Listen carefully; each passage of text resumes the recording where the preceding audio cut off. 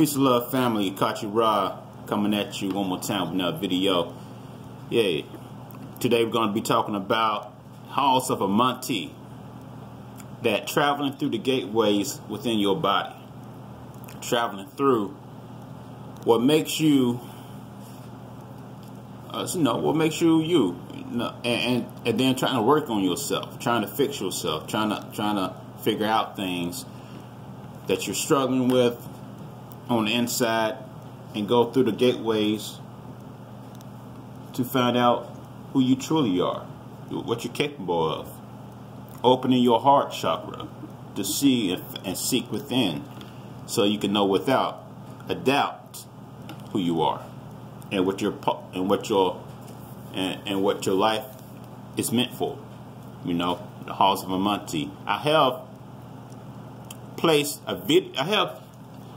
I had that photo for a while now, different gateways, and those are the gateways. You can say, kind of like how you have the when for the Egyptians you have those different doors you go through. If you read the book of the gates, and you go through different gateways, and then you go through a test. Halls of Amenti is Thoth book.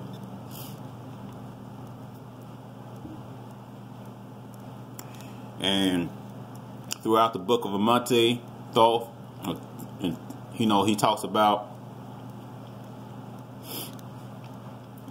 going through and gaining knowledge and wisdom, understanding. Once he gained permission to go through the gateways, through the drillers. The drillers are those that was keeping the knowledge within the confinements of Atlantis and Lemuria. You had drillers, and they was basic teachers, or the ones that held the knowledge. But then within Amenti, he talks about within yourself. When you're dealing within yourself, you enter Amenti, and there's words of power, because words carries power, and every word you say, even right now, it carries power. So kind of like this juice right here, drinking synergy.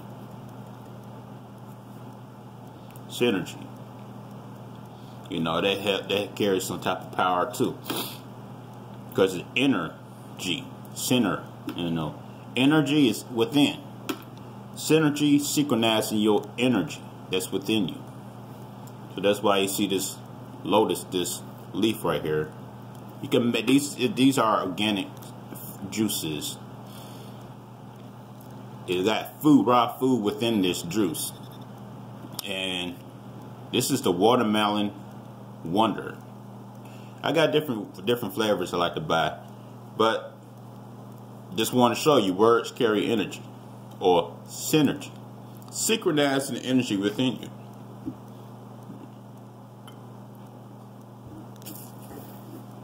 So this book goes over basically throughout different people, different scholars, they gave them different names. You can call them the Goodly Company, the Good Company. That's from another book I have. You can call them the what you call them? The Moos, the Moo people, the Lemuria, the Moo people, the Travelers, Serpent people. You got a lot of names. The Nagas, those with knowledge. Throughout time and history, those with the knowledge we call many names: Gnostics, mystics, priestess. And throughout time also, all these names were demonized, demonized.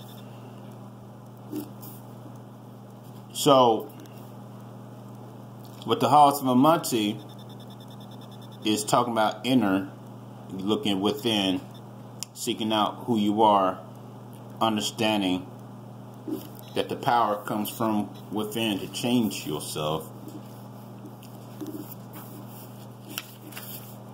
It's kind of like your chakra system. The Bible is a chakra story. A lot of these stories that we have is talking about our chakra system, or the powers within us that we need to change. And then each temple within us has its own power, its own wisdom that we need to learn about.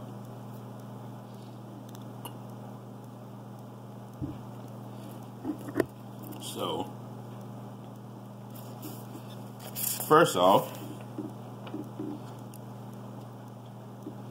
who is Thoth or Thoth? A lot of people, say his name, Thoth or Thoth. But who is he? He is Thoth or Hermes. You can look at him different ways, or you can look at him like you have Enoch, someone who has, or like Moses, someone who have stones in their hands scribing events. And these wise people, or these wise spirits. So he was referred to the Egyptian historian as the first to teach the path to God, to your mind, to the higher knowledge. Thoth. And landed, it says, so he was in Egypt with a group of sacred scientists and builders, which Sankothian refers to as the Serpent tribe. Now this is from this book I'm reading about Thoth, or Hermes, because they're one and the same. And so also they were referred to by him as the 7 sons of the Shaddai. Now, I'm not sure if I said that correctly, or Sadak, and allude to the Itfu building text as the 7 sages who arrived from the homeland of the primordial ones. These Kabiro scientists built a giant pyramid which would serve as a beacon and monitor for extraterrestrial serpents, as well as a guide for later colonists in North America. It was also a function as a storehouse for the sacred Atlantean records, and built a watertight to resist the flood waters of the encouraging deluge. According to Iamblichus, or Iamblichus, the Atlantean records were also inscribed upon 2 columns, and then secreted within a impenetrable cave near Thebes. All right, and they talking about the Emerald tablets. The Emerald tablets, as I researched, was located at the very top of the Great Pyramid in a room, and it gave this type of feeling, this type of spiritual feeling, this vibration. So after the flood waters had significantly receded, another wave of colonists arrived in Egypt, led by either the same Thoth / Hermes who built the pyramids, or another master of the same lineage. The hidden tablets and columns were promptly recovered from the sealed tombs, and then transcribed into a series of manuscripts, which later served as the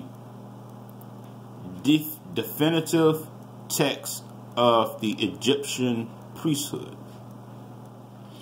Then this second Thoth / Hermes is also believed to have brought with him from Atlantis a tablet made of solid emerald.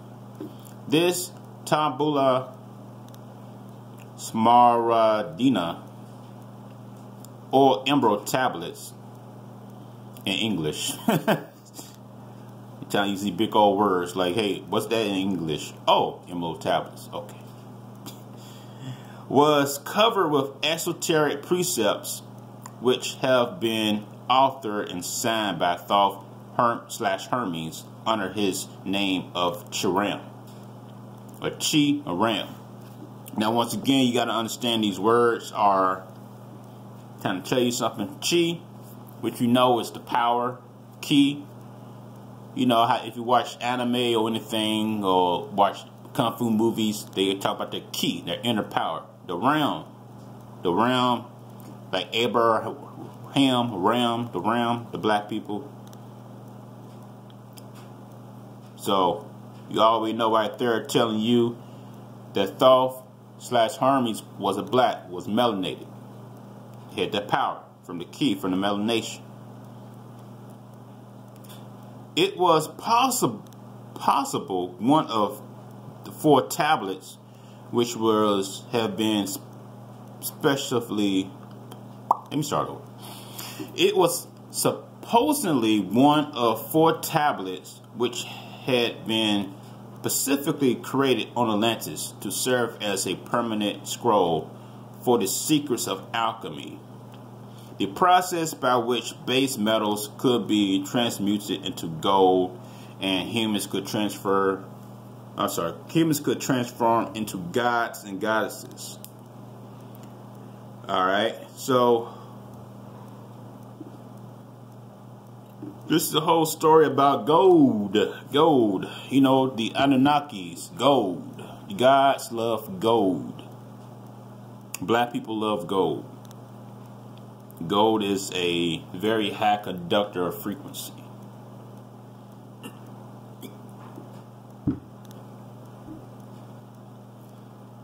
Gold is also the crown. There's other chakras as well, but if you vibrate gold, you on a high frequency. It's purple violet than gold. But violet is a good color too to have. If you vibrate in purple and violet like this color right here, you very, you know, have that spiritual knowledge. You vibrate that energy. But gold, if you got some essence of gold, there's some ascension, there's some you're on the God frequency. But when the Atlantean serpents dispersed from the motherland, these 4 tablets were taken to the 4 corners of the earth. So alright, so you got the 4 corners of the earth, the 4 elements, 4 towers. The 4 elements, you know, of course, represents 4 different types of spirits. 4 seasons. Let me see. Alright, I'm gonna get this little thing in the back of the book so I can explain that a little bit more. This is more like a study book. You can read it straight from the front and back, but I'd break it down when I read through this book. I'll go through it section by section and read what I need. And yeah, this is a very good book. The Return of the Serpents of Wisdom. I keep showing it all the time. I got plenty of other books. They're in PDF files, but like I always say, it's best to have them in paperback book so you can show it off when you're doing these videos. Alright, so I have it here.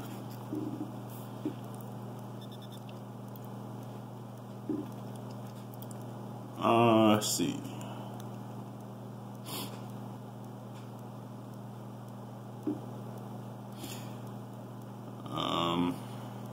This is not it, but this talks about the 7 serpents, the power within you.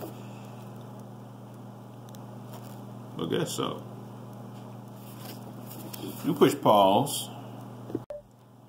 Okay, I had to push pause real quick. Yeah, so I was looking at the wrong thing. So that was just a footnote.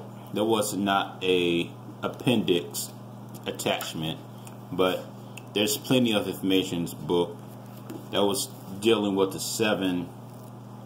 What I found was dealing with the seven alignments in your body. But yeah, but anyway, let's continue.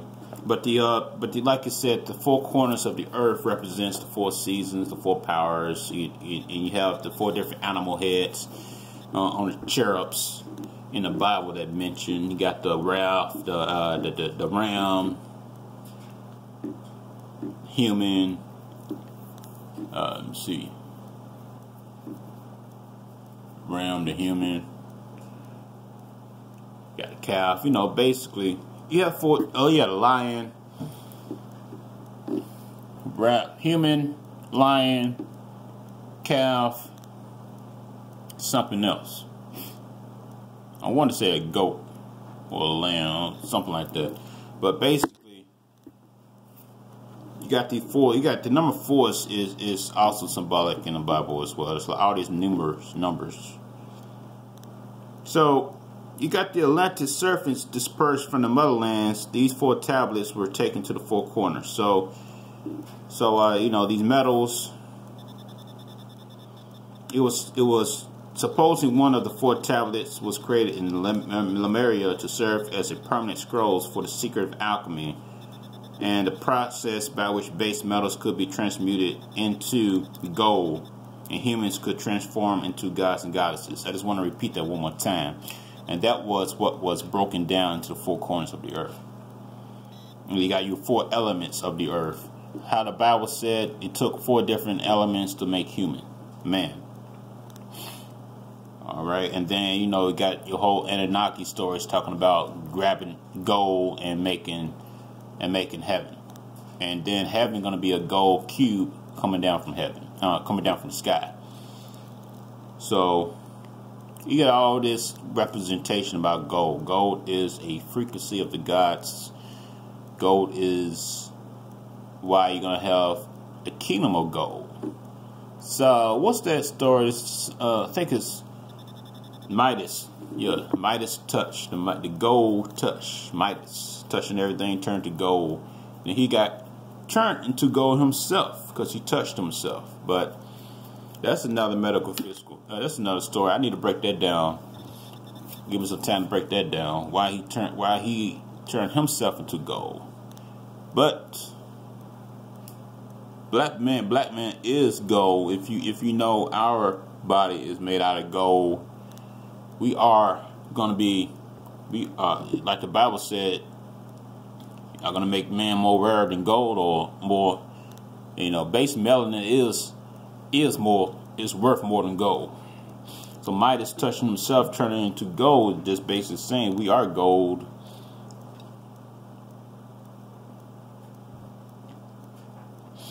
That we are the gods and goddesses. We are gold. We transforming ourselves back to their gods and goddesses. So all this stuff is told in books and stories all over the place. Alright, so the tablets, the contents of the Egyptian tablet was later transcribed into a scriptural format and taken to the heartland of Europe, where it became a definitive text on the Renaissance alchemists. Of course, you know, the white man took our information, started using it for themselves, and that's where we are now. We are trying to find our information, come back to ourselves. Once we were broken away from ourselves, from this information. So yeah, we do have the power to turn things into gold. A funny thing is, I played this video game called Elder Scrolls, and I think it's Elder Scrolls 6, which is Skyrim. And Skyrim, you have this power to transmute iron into gold. And it's they got a lot of spells. They got different symbols and all that stuff in there. I really believe in maybe hinting at you can turn iron into gold, and if you know how to tap into that type of frequency. You can turn iron into gold. But there's a spell you can purchase in that game for your character, and you can turn iron to gold. Then you can sell those products for money. So that's Elder Scrolls Skyrim. It's number 6, and this book don't really go into deep stuff about the Emerald Tablets, but you have to read the Emerald Tablets yourself. But basically, like I said, you know, tablets. Moses had tablets, Hermes had tablets, Thoth had tablets. You can go back and you can look at other people had tablets in their hands as well, representing knowledge. All the Egyptian,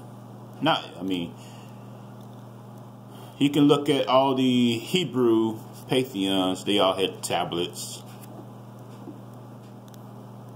Excuse me. And these tablets was representing some type of knowledge. And Moses have a 6th and 7th book. And those books are a representation of the spirits.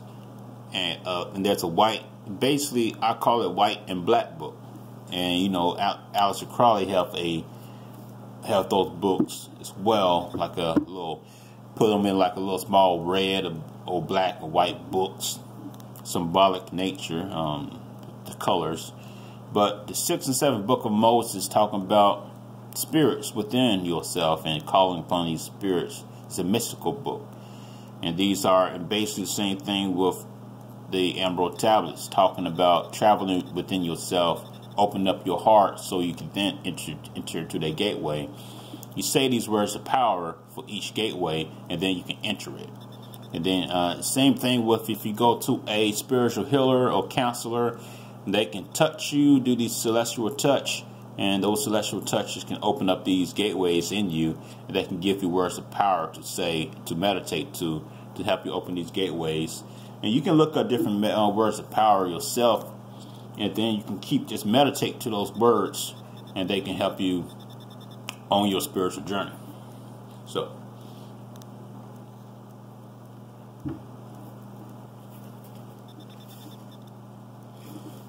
that's that. Give me one moment. So, alright, so I mentioned about the Naga. The Nagas of China. You got the Naga serpents in China. The Uyghur Empire. I believe I said it correctly. Uyghur. U-I-G-H-E-R. Uyghur Empire. And this right here represents a androgynous being. Excuse me. This represents a androgynous being. Because, you know, we have androgyny right now. We are androgynous beings. Our left and right brain, male and female. So, we are, you know, we have a male and female side. There's androgyny right there within us. And if you have not seen my breakdown of the Baphomet, I spoke about that too, about how we are a representation of male and female. So, the Nagas are another representation of people of wisdom as well. Hold on. Okay, sorry about that. I really hate when the phone starts to ring. It interrupts my video. I just had to push pause. Alright, so we got Nagas in here. You have the Komora, Slumeria, Komora. It talks about that in here as well. It talks about, there's a lot of stuff I need to still go back through here and just break down one by one. So my next video, I want to read through this first. Then I will make another video today. I'll go live. I actually want to go live and do one of these things. But it does go into the whole Gnostics, Sophia, and all that stuff in here. So I'm going to read this whole chapter. I'm going to read this chapter and go over it. I like it. So, alright. So I just want to make a short video about Thoth and Emerald Tablets in this book. All right. So if you have not read the Emerald Tablets, please do so. It's a good book. You can download for free online. You know, some of these books are free. Just look for it. And it's just a story about traveling through your body, within yourself, working on yourself, going through each temple inside your body, and then so you can enlighten, so you can become changed within.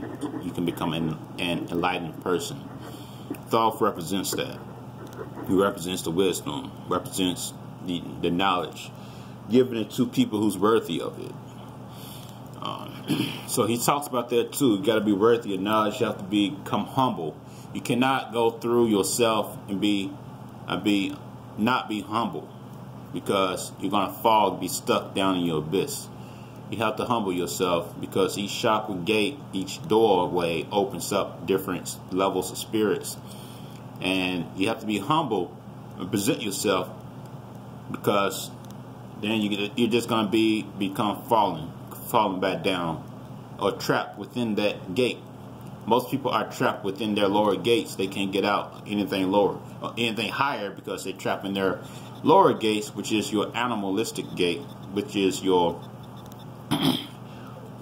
Noah Ark, where your spirits, where you can control those spirits once you control yourself, once you learn how to control and gain higher knowledge.